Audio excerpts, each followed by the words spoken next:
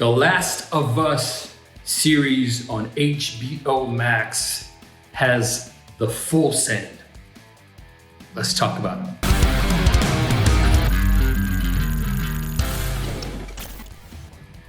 Thank you for clicking on the video. Thank you for being here. If you haven't done so, please subscribe to the channel and ring the notification bell. And you can wait to like it or dislike it until the end. See if you like the video or not.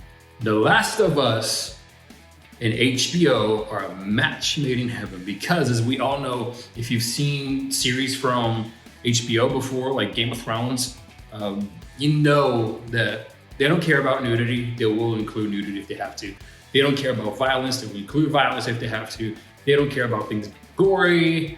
The Last of Us has the potential to be another Game of Thrones. Bold statement, yes, but I stand behind it and I believe in it 110%. I mean, come on. HBO knows. They know how to do series.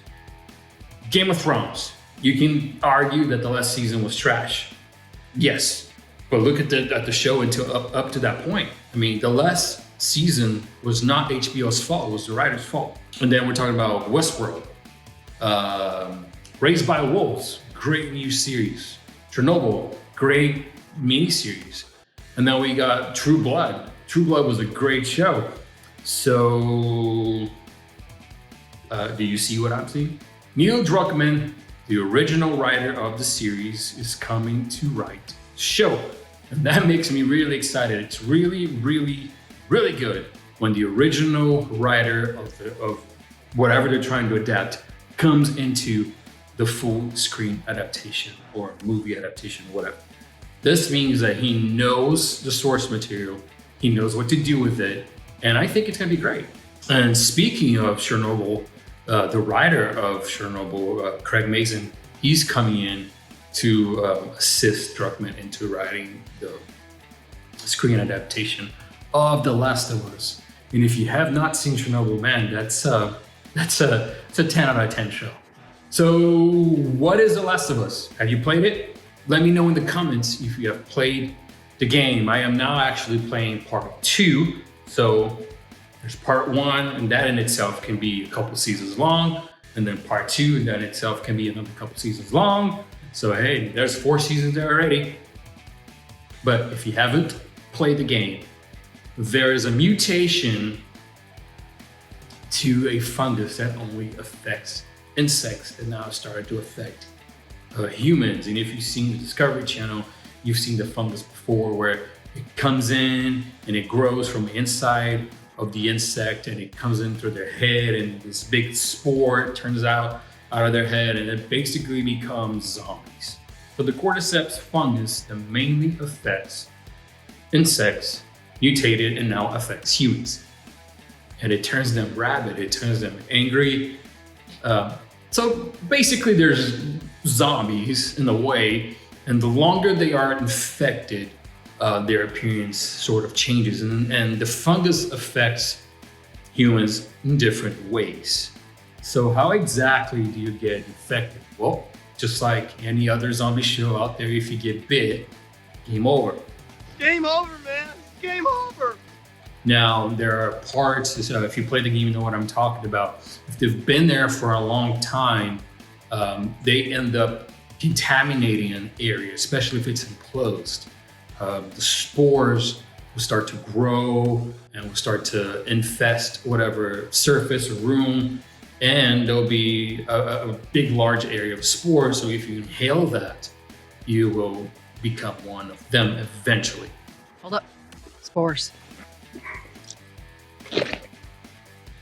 Now, the game takes place originally in Texas, in Austin, Texas, when Joel and his 12-year-old daughter find themselves in the middle of all this chaos, in the middle of the outbreak. So that's when the game picks up, and that's where you really kind of expect the TV series to start. Daddy? Hey. Hey.